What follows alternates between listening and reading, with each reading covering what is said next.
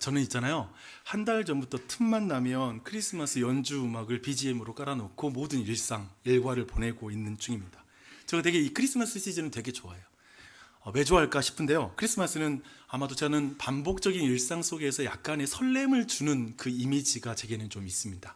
또 한편에 그 호떡, 오뎅 국물, 호빵 생각하듯이 여기서 느끼는 이미지는 따뜻함이잖아요. 저는 크리스마스 시즌이 제게는 굉장히 따뜻한 그런 느낌도 주는 그러한 시즌입니다. 제가 왜 이렇게 좀 제가 가진 이 크리스마스에 대한 전체적인 이미지를 종합하면 저는 또 이렇게 표현할 수 있을 것 같아요. 크리스마스 생각하면 약간 편안한 마음이 있어요. 편안한 느낌인 것 같습니다. 그런데 왜 제가 이런 정서와 느낌을 갖게 된 것일까 한번 생각해 봤어요. 한번 여러분도 각자 느낌이 있을 텐데 왜 그런지를 한번 생각해 보시면 좋을 것 같아요. 제가 크리스마스에서 편안함을 느끼는 그 많은 이유 중에 하나가 오늘 말씀 때문이기도 합니다. 그러니까 천사들이 밤에 이제 양떼를 돌보고 있는, 쉽게 말하면 그 목자들에게 찾아가는데요, 이 목자들은 오늘날로 말하면 3D 업종에 지금 야간 근무서고 있는 굉장히 그런 사람들에게 찾아가서 예수님의 탄생 소식을 알리고 있습니다. 근데 이렇게 말하고 있어요. 지극히 높은 곳에서는 하나님께 뭐다? 영광이요, 땅에서는 하나님이 기뻐하시는 사람들 중에 평화로다 라는 이 메시지. 그래서 두 가지 방향으로 크리스마스의 의미를 설명하고 있습니다. 이 아기 예수는 하나님께는 영광이 되고 기뻐하는 사람에게는 평화다라고 이렇게 말씀하고 있습니다. 근데 여기서 저는 오늘 여러분과 함께 평화에 함께 주목을 하고 싶습니다. 예수님은 다툼이 가득한 세상 가운데 평화를 주기 위해 오신 아기 예수님이십니다. 이 의미를 오늘 함께 살펴보면 좋을 것 같습니다. 여러분, 평화란 뭔가요? 평화. 제가 이제 이 어원적인 의미를 한번 제가 찾아봤는데요, 헬라어로는 에이레네라는 그런 단어를 사용하고 있습니다. 그 뜻은 이래요. 우선 평화란 관계의 상태를 말하는 것입니다. 예를 들어볼게요. 우리가 알고 있는 것처럼 개인과 공동체, 국가, 그 관계 안에 전쟁이 없는 상태, 그리고 갈등이 없는 상태를 우리는 평화로운 관계, 평화라고 이렇게 말합니다. 다르게 말하면 서로 조화를 이루면서 모두가 심리적으로 안정을 누리는 상태를 우리는 평화라고 이렇게 말하죠. 또 한편에 히브리어로 이 평화를 샬롬이라고 불러요. 여러분, 샬롬이라는 말 들어봤죠? 그렇죠? 샬롬이라고 부릅니다.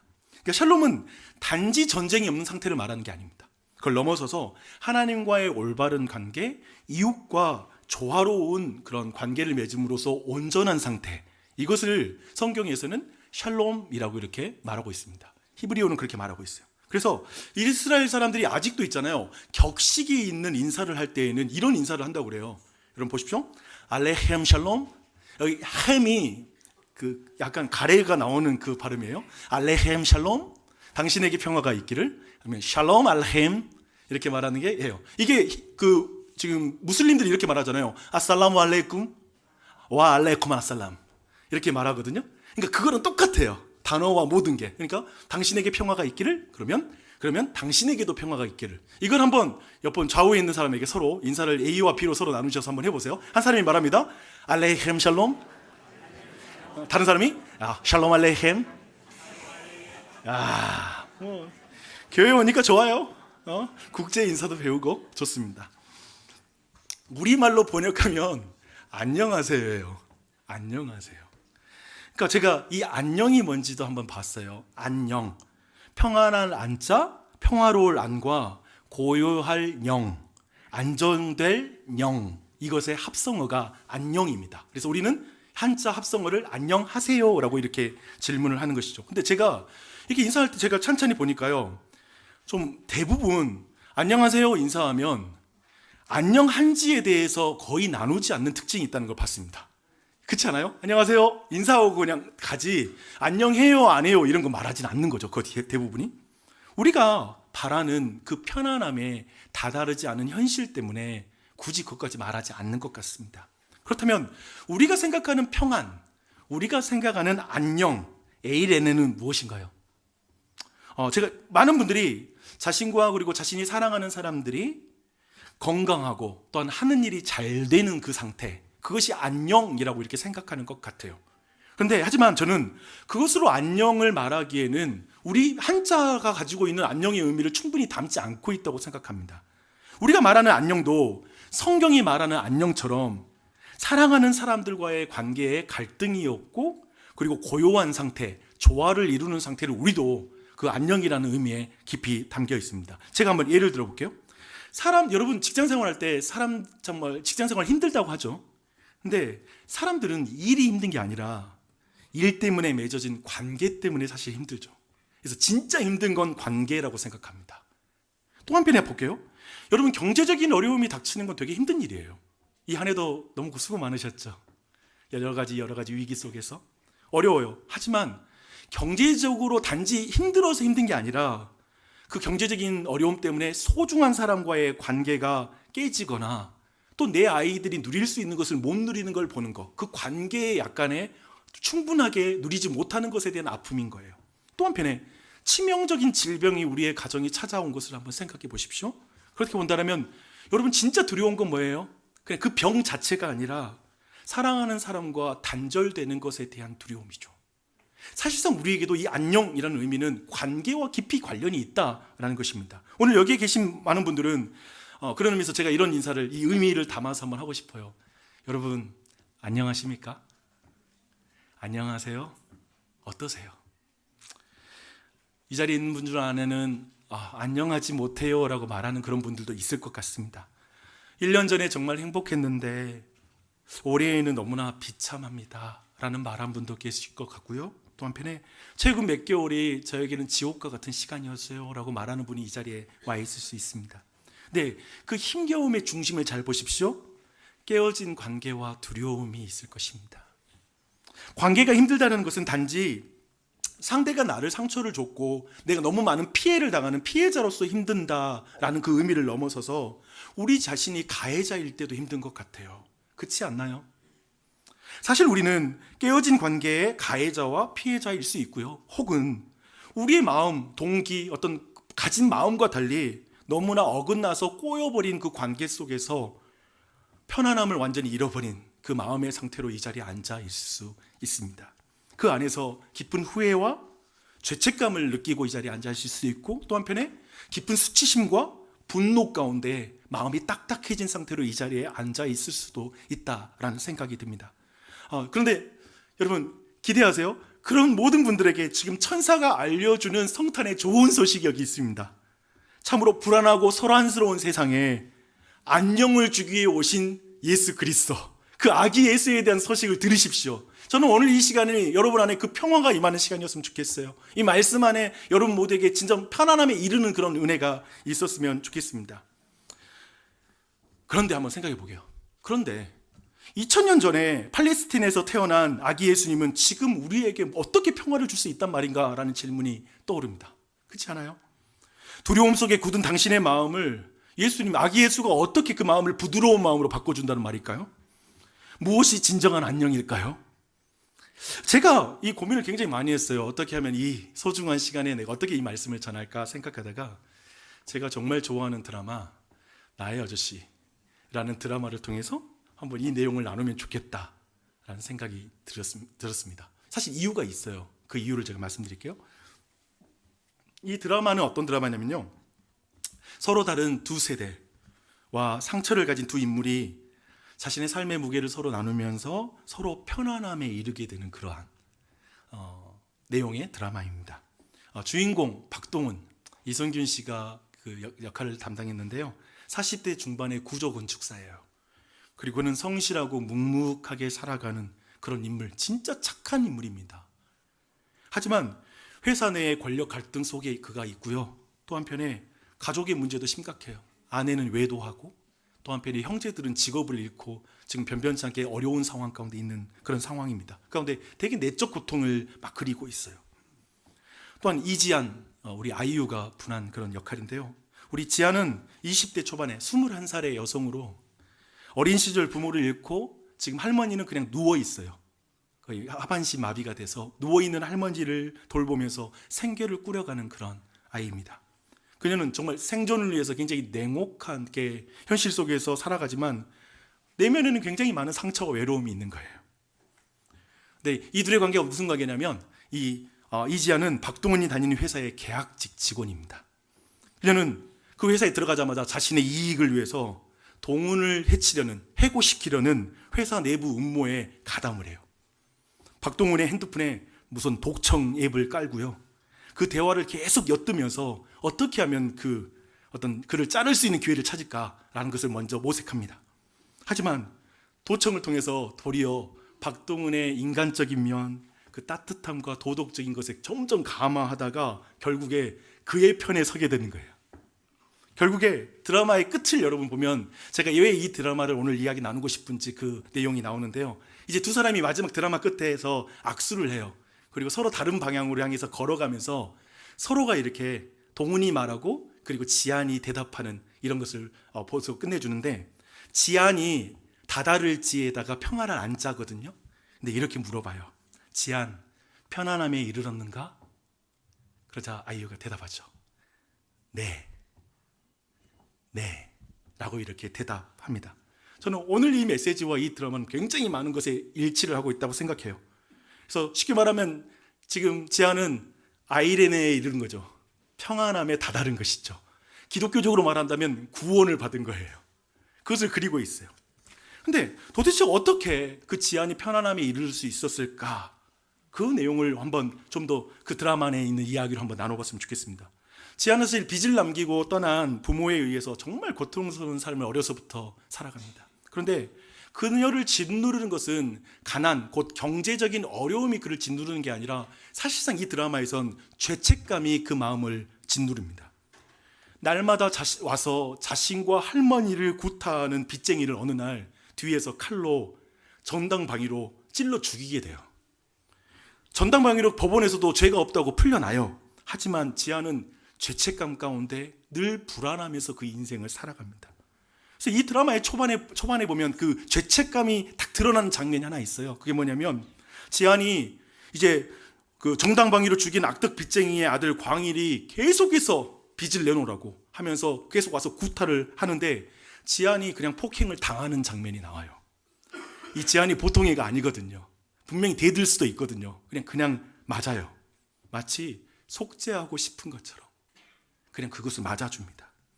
이렇게 악의 가해자와 피해자가 섞인 관계 속에서 지안은 죄책감을 가지면서 그 인생을 계속 살아가는 것이죠. 어디를 가더라도 사람을 깊이 사귀지 못합니다. 왜냐하면 자신이 살인을 한 것을 아는 순간에 모든 사람이 안색이 변하는 거예요. 거리를 두는 거예요. 그리고 그녀를 떠났기 때문에 그 상처가 그냥 마음에 있는 거예요. 사람을 대할 때. 계약직인 그녀에게 또한 누구도 가까이 다가가서 식사를 같이 하자는 말도 안 해요. 이 사회가 그렇죠. 서로 다른 계급 속에서 서로 왕래하지 않는 거죠. 지안은 그런 세상 속에서 살아남기 위해서 어떻게 변하냐면 좀 악해져요. 사실 벌벌 떨면서 사납게 발톱을 드러내는 고양이처럼, 사실 그건 두려움에서 꺼내는 발톱이지 공격성 때문에 드러내는 발톱이 아닌 거죠. 그렇게 두렵게 살아가는 애예요. 그래서 빚을 갚기 위해서 비윤리적인 일도 서슴지 않습니다. 죄책감 속에서 죄를 지으며 사는 것이죠. 흥미롭죠? 사람은 죄책감 속에서 죄를 지으며 살아요.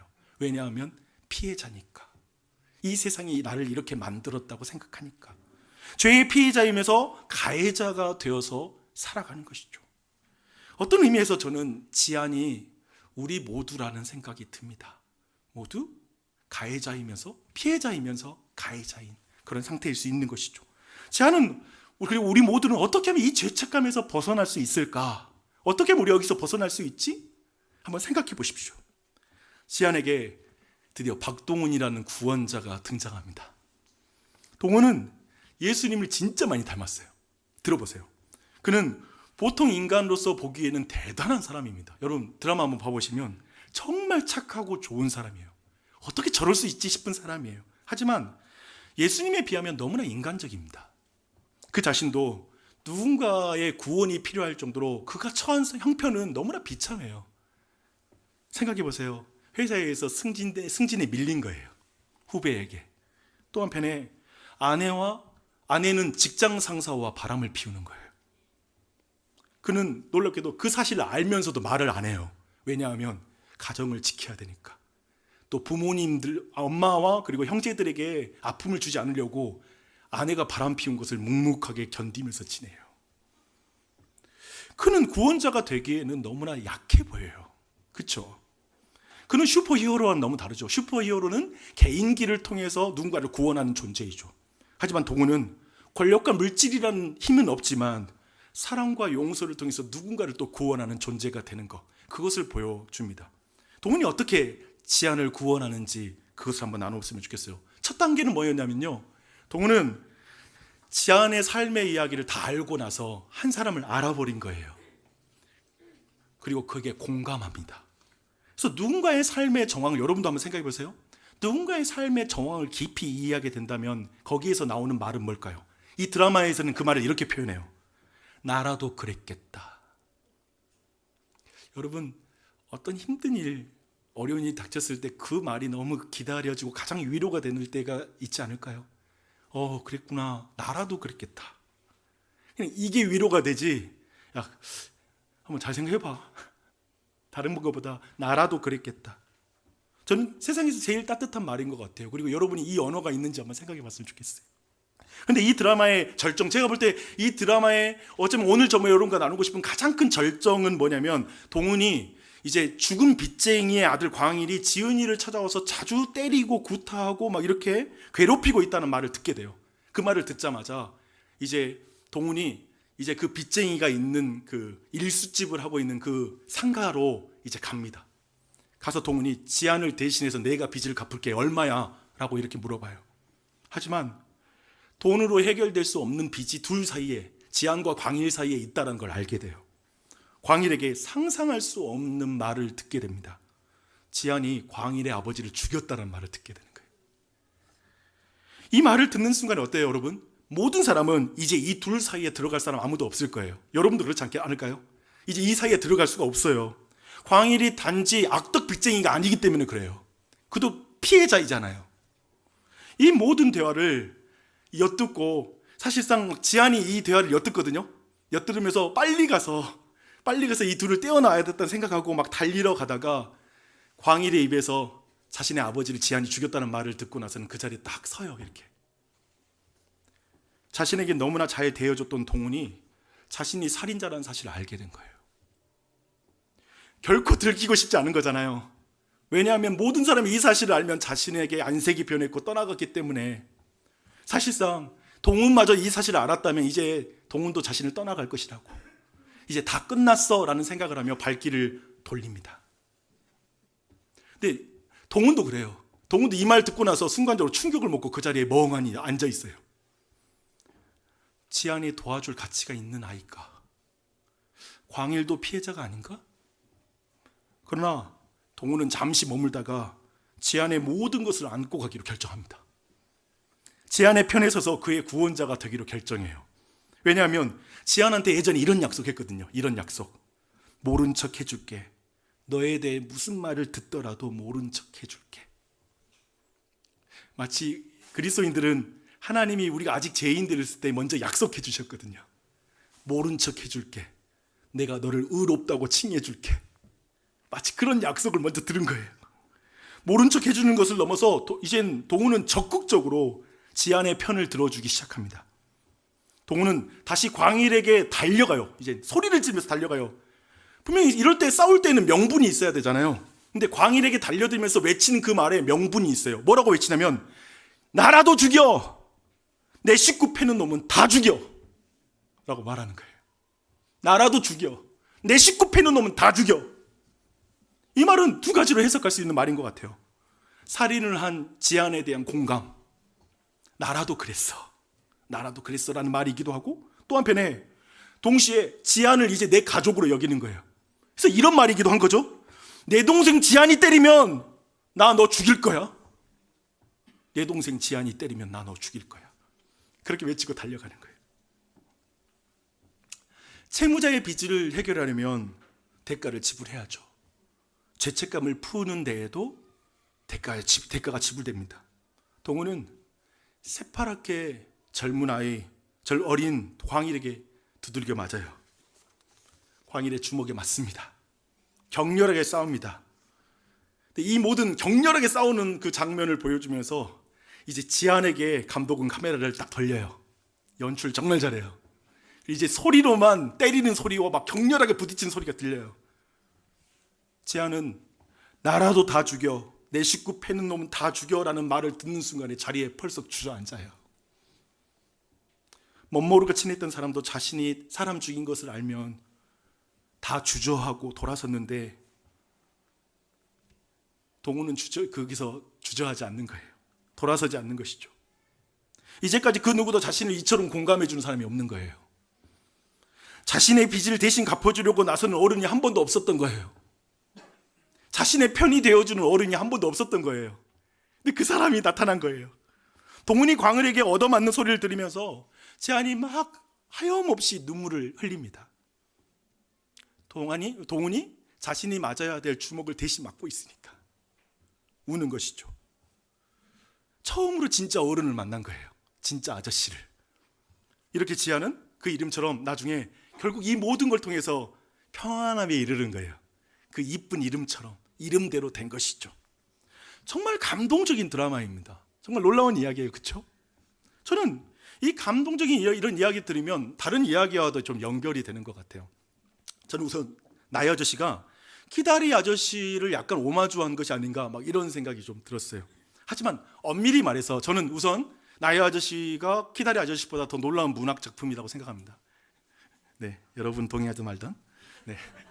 하지만 엄밀히 말해서 나의 아저씨는 키다리 아저씨보다는 제가 알고 있는 최고의 이야기, 복음서의 예수 그리스도의 이야기와 굉장히 닮아 있습니다. 크리스마스를 한번 생각해 보십시오. 이제 더 큰 이야기를 한번 들려드릴게요. 크리스마스 생각해 보세요. 참으로 불안하고 소란스러운 세상에 평화를 주기 위해 아기 예수님께서 오셨습니다. 모든 사람은 뜨악하죠. 세상에 평화를 주기 위해서 신이 이 땅에 내려온다라면 율리우스 카이사르보다 더 강력한 칼과 권력을 가지고 이 땅에 내려와서 평화를 가져올 것이라고 예상했기 때문에 그렇습니다. 근데 아기 예수라니 뭐야? 그래서 모두가 질문합니다. 이런 질문이 모든 사람들이 그 비그리스도인들 안에 그리고 교회 안에 있는 사람도 한동안 이런 질문이 있습니다. 왜 성경의 신은 인간이 되어서 굳이 사람을 구원하는 걸까? 사람 안 되고 인간을 구원하면 안 돼? 두 번째, 왜 굳이 사람이 된다면 성인으로 오셔서 구원하시지 왜 어린아이로 오셔서 우리를 구원하는 거지? 왜 그래야 되는 거지? 왜 크리스마스야? 왜 크리스마스죠? 라는 이 질문이 우리에게 나오는 것이죠. 이것에 대해서 히브리서라는 신약의 성경은 이렇게 대답을 합니다. 한번 보십시오. 우리에게 있는 대제사장은 우리의 연약함을 동정하지 못하실 리가 아니요 모든 일에 우리와 똑같이 시험을 받으시니로되 죄는 없으시니라. 그러므로 우리는 긍휼하심을 받고 때를 따라 돕는 은혜를 얻기 위하여 은혜의 보좌 앞에 담대히 나아갈 것이니라. 하나님이신 예수님이 어린아이로 태어나고 사람으로 사신 이유는 뭐냐면 첫 번째, 우리의 연약함을 동정하시기 위해. 두 번째, 때를 따라 우리를 돕기 위해. 그래서 예수님은 인간이 되셨습니다. 그러니까 나의 아저씨식으로 말하면 나라도 그랬겠다라는 말을 할 수 있는 존재가 되기 위해. 처음에 동훈이 이런 게 있어요. 이 장면과 같은 예화인데요. 동훈이 지안의 사정을 알고 나서 거동하지 못한 할머니가 달빛을 보고 싶어하는 거예요. 근데 힘겹게 혼자 지안이 할머니를 카트에다가 태워서 달빛이 있는 곳으로 가파른 그 언덕을 내려오는 걸 보고 도와줘요. 그리고 거기에 끌고 가서 달빛을 보게 해줘요. 근데 그때 말을 못하는 할머니가 수화로 이렇게 지안에게 말해요. 저분은 참 좋은 사람 같아. 그렇게 말하니까 그때 지안이 이런 말을 해요. 잘 사는 사람은 착한 사람 되기도 쉬워. 자신의 삶을 비참하게 만든 사회적 구조와 불평등에 대한 냉소적인 시각이 느껴지는 그 가시돋친 말이죠. 그러니까 남이 잘해줘도 잘해주는 걸 못 받아들이는 그런 아픈 상처를 가진 말이죠. 그런데 저는 신 그리고 기독교의 하나님, 예수님에 대해 사람들의 시선도 비슷한 것 같아요. 어떤 사람이 이렇게 말해요. 신이 선하다고? 신이 전능하다고? 아니 그 전능하고 사랑이 많다면 왜 이 세상을 이렇게 고통스럽게 돌리는 거야? 왜 놔두는 거야? 우리의 고통을 신이 전혀 모르는 거야. 전혀 우리에게 공감해주지 못하는 신이야 라고 이렇게 말하는 말을 듣게 돼요. 그렇게 묻는 분들은 신이 인간이 된 이 크리스마스의 이야기를 좀 엿드셨으면 좋겠어요. 더 많이 들었으면 좋겠어요. 더 많이 여러분이 도청했으면 좋겠어요. 신약 성경을 통해서 더 예수님에 대한 이야기를 더 많이 읽어보셨으면 좋겠어요. 그렇게 한다면 분명히 여러분 모두는 이 성경을 통해서 이런 음성을 예수님으로부터 듣게 될 거예요. 여러분에게 이렇게 말하는 거죠. 나라도 그랬겠다. 우리의 모든 사정을 아시는 분, 이 한 해를 볼 때도 여러분 어떻게 살았는지 예수님이 너무나 잘 알고 계시고 정말 힘들었겠다. 그분은 우리처럼 죄를 짓진 않아요. 하지만 당신을 불쌍히 여기는 분이시란 의미예요. 당신을 불쌍히, 어쩌면 여러분은 너무 못난 모습에 대해서 날 미워할 거야 라고 하나님 앞에 서 있을지 모르겠지만, 아니, 주님은 불쌍히 여기시면서 여러분을 볼 거예요. 나라도 그랬겠다. 저는 이 음성을 여러분 들었으면 좋겠습니다. 그런데 하나님이 인간이 되신 이유는 이 공감에 머물지는 않아요. 그 다음에 두 번째, 사람이 되신 이유가 있어요. 아기 예수님을 오신 이유가 있어요. 성경은 그 이유를 이렇게 말합니다. 자녀들은 혈과 육에 속하였음에 그도 또한 같은 모양으로 혈과 육을 함께 지니심은, 아기 예수로 태어나심은 죽음을 통하여 죽음의 세력을 잡는 자 곧 마귀를 멸하시며 또 죽기를 무서워함으로 한평생 매어 종노릇하는 모든 자를 놓아주려 하심이라 라고 말합니다.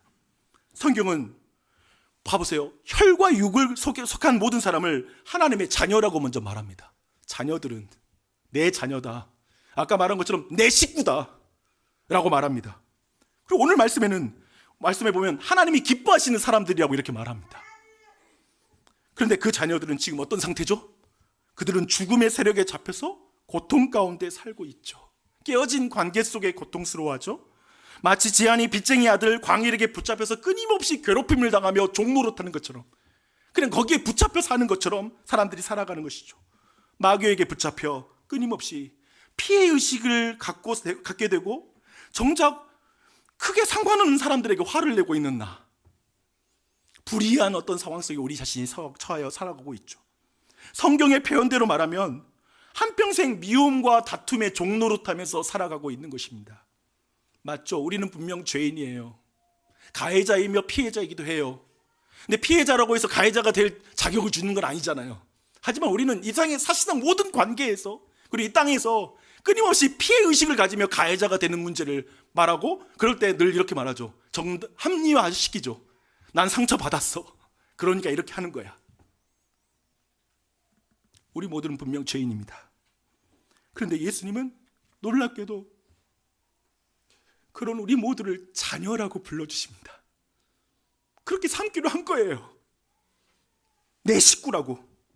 그래서 마귀를 멸하려고 마귀하고 싸우십니다. 죽기를 무서워하는 우리를 대신해서 십자가에서 죽으십니다. 하나님이 사람이 되신 이유는 한마디로 이것이죠. 나라도 죽여. 내 식구 패는 놈은 다 죽여. 나라도 죽여. 내 식구를 괴롭히는 마귀 사탄은 내가 죽여 라고 말하는 것이죠. 그래서 채무자는 빚을 갚기 위해서 대가를 지불하게 됩니다. 동은이 지한의 죄책감을 푸는 데에도 대가 지불이 필요했죠. 죄책감을 푸는 데에도 대가 지불이 필요하죠. 새파랗게 젊은 광일에게 구타를 당하는 것이죠. 그런데 예수님은 우리의 죄책감이 아니라, 당신의 죄책감이 아니라 당신의 죄의 벌을 대신 당하십니다. 많은 사람이 예수님께 침을 뱉었습니다. 예수님의 얼굴에 주먹 다짐을 했습니다. 퉁퉁 부은 머리 위로 가시면류관을 꼭 눌렀습니다. 그 머리 위로 피가 흘렀죠. 예수님은 채찍질에 그 살점이 떨어져 나가고 피가 튀기 시작했습니다. 그리고 예수님은 군사들의 손에 질질 끌려가면서 사람들의 구경거리가 되셨습니다. 수치를 당하셨습니다. 마지막으로 예수님은 손과 발에 못이 박혀서 십자가에 달리셨습니다. 십자가 아래에서 많은 사람들이 조롱합니다. 네가 하나님의 아들이라면 당장 내려와봐. 너의 힘으로 너가 하나님의 아들인 걸 드러내봐. 너를 증명해봐. 그들을 향해 예수님이 이런 말씀하셨습니다. 아버지, 저들을 용서해 주십시오. 저들이 자기가 하는 일을 알지 못합니다. 예수님은 사랑과 용서로 그들을 구원하신 분이십니다. 율리우스 카이사르처럼 힘으로 평화를 만든 자가 아니라 그들에게 진정한 평안을 주기 위해서 사랑과 용서로 오셨습니다. 저는 고등학교 2학년 때 한 예배에서 이 말씀 듣고 회심됐어요. 아버지, 저들을 용서해 주십시오. 저들이 자기가 하는 일 알지 못합니다 라는 이 말씀을 들었는데, 그 말씀을 듣다 이렇게 들리는 거예요. 아버지, 용주를 용서해 주십시오. 용주가 자기가 하는 일을 알지 못합니다. 이 말씀을 듣고 그 자리에 진짜 바닥에 납작 엎드려져서 오열하기 시작했습니다. 그날 나는 예수를 나의 구주로 모셔드렸습니다. 그 사랑스러운 분, 나에게 이토록 그 사랑을 주신 그 분이 이제 신이 나에게 사랑스럽게 보이기 시작했습니다. 그날 나는 평생 경험하지 못했던 편안함이 밀려오기 시작했습니다. 정말 말할 수 없는 편안함이었어요. 저도 지안이 되었습니다. 이제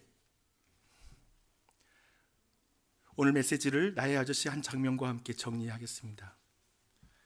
결국에 있잖아요, 지안이 도청하고 있다는 게 발각이 돼요. 그 순간에 지안이 도망치기 시작합니다. 생각해 보십시오. 동훈에게 받은 사랑이 너무 컸잖아요. 하도 컸기 때문에 도청했다라고 하는 그 사실이 들키자 너무 잔인하잖아요. 자기 행동이. 밉고 도망쳐요. 용서받을 수 없을 거라고 생각하고 도망칩니다. 동훈도 사실상 크게 충격을 받게 됩니다. 그러나 동훈은 끝까지 지안 찾으려고 백방으로 막 나서서 알아봐요. 계속 끝까지 추적해요. 그 과정 중에 영화관에 들리는 장면이 나와요. 그리고 작가 그리고 연출 전체는 이 의미, 그 영화관에 상영되는 그 영화로 많은 의미를 전달하는데요. 무슨 영화가 상영되어 있었냐면 박하사탕이라는 그런 영화가 상영되고 있었어요. 이창동 연출, 주연은 설경구가 주연한 그런 영화입니다. 영화의 시작은 이거예요. 달려오는 기차 앞에 주인공이 서서 나 다시 돌아갈래 라고 외치면서 자살하는 장면으로 끝나는 그런 영화입니다. 그리고 나서 20살 때 설경구의 모습으로 돌아가요. 영화가. 그 20살 때 너무 순수했죠. 20살의 그 순수함. 근데 그가 굴곡진 역사 속에서 누군가의 가해자와 피해자가 되어서 나중에 그 인생이 꼬이기 시작하는 거예요. 그리고 엉망이 되고 망가지기 시작하는 거예요. 그리고 자살로 생을 마감하는 그런 영화입니다. 근데 흥미롭게 자살하는 그 설경구와 지아는 너무 닮아 있어요. 상황이 그래요. 너무 비슷해요. 하지만 둘 사이에 결정적인 차이가 있어요. 둘 사이의 차이가 뭐죠? 동훈이라는 구원자가 지안 곁에 있는 거예요. 지안이가 죄인 만드는데 그 죄인인 지안을 끝까지 용서하고 끝까지 찾아다니는 한 사람이 존재하는 거예요. 포기하지 않고 끝까지 지안을 찾아가는 그 한 사람이 존재하는 것이죠. 오늘 말씀을 듣는 여러분에게 왜 구원자가 없을 때 파멸적인 결과를 여러분의 인생은 피할 수 없을 것입니다. 그러하기 때문에 여러분에게 또 말하고 싶어요. 오늘 여러분이 이 자리에 있다는 것은 한 구원자가, 진정한 구원자가 여러분을 계속 찾아다니기 때문에, 계속 초대했기 때문에, 여러분을 불렀기 때문에 오늘 이 자리에 있다는 사실을 믿으시길 바랍니다. 이것이 그냥 여러분의 마음에 와닿았으면 좋겠어요. 내가 그냥 여기 와 있는 게 아니야. 나를 끝까지 찾으시는 그분이 내게 계셔라는 것이죠. 그 구원자는 하나님이십니다. 하나님이 여러분을 포기하지 않고 끝까지 사랑하십니다.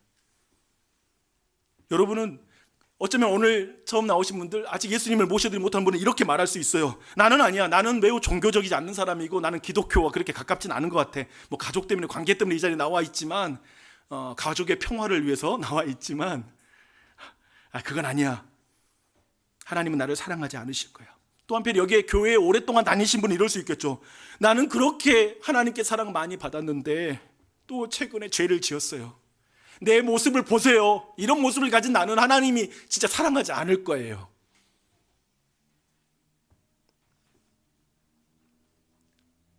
동훈이 힘들게 지안을 찾아내요. 지안이 몸이 아파서 땀을 흘리며 끙끙 앓고 있는 그 방에 딱 들어갑니다. 동훈을 보고 지안이 겁에 질려요. 왜냐하면 자기가 도청했잖아요. 자신의 죄가 다 들통들통 났잖아요. 겁먹은 표정을 짓다가 갑자기 얼굴 안색이 변하면서 이렇게 말을 던집니다. 사람만 죽인 줄 알았지? 별짓 다 했지? 더 할 수 있었는데. 그렇게 4번 이상 잘해주라고 했어? 바보같이 아무한테나 잘해주고 그러니까 당하고 살지. 이것이 하나님의 사랑과 용서를 믿지 못한 인간의 근본적인 반응인 것 같아요.